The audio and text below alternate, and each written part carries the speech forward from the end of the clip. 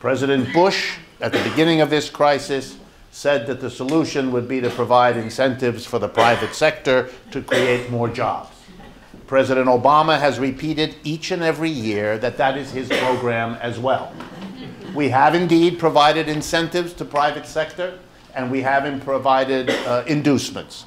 They have thanked the government for the incentives and inducements, taken them, and not hired anybody. And that continues to be the policy. The reason I mention this is I'm happy to tell you, or not really happy, to tell you that last week, the senators of the United States, led by the Democrats, went through the following exercise. They supported a bill to spend $60 billion to hire people to rebuild crumbling U.S. roads, bridges, and mass transit systems. $60 billion. That isn't small, that's teeny, but it's something. And they forced a vote.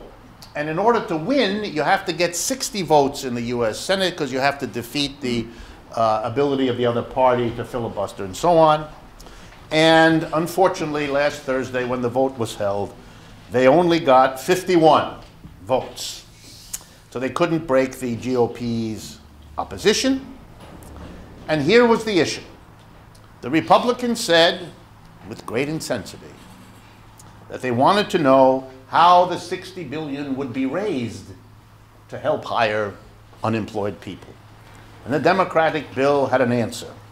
It was going to impose a 0.7% surtax.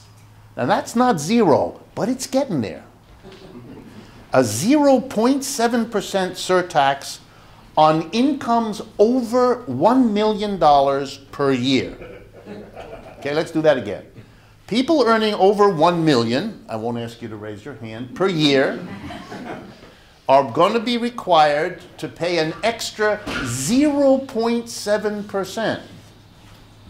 And on the basis of that outrage, which would have cost, I'm an economist, so I do numbers.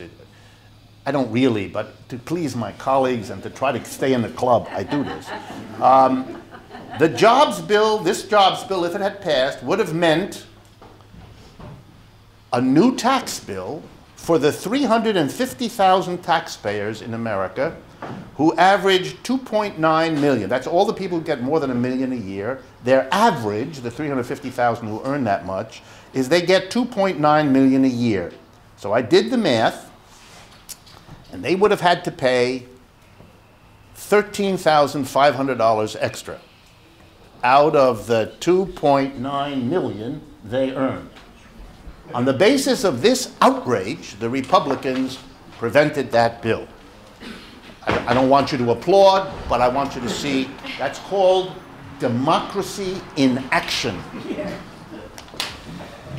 If you ever needed an example that the political structure responds in our country to a very small part of the population and serves its needs, we are not going to spend $60 billion on hiring thousands of unemployed, because it would have cost the people who earn an average of $2.9 million a year an extra $13,500.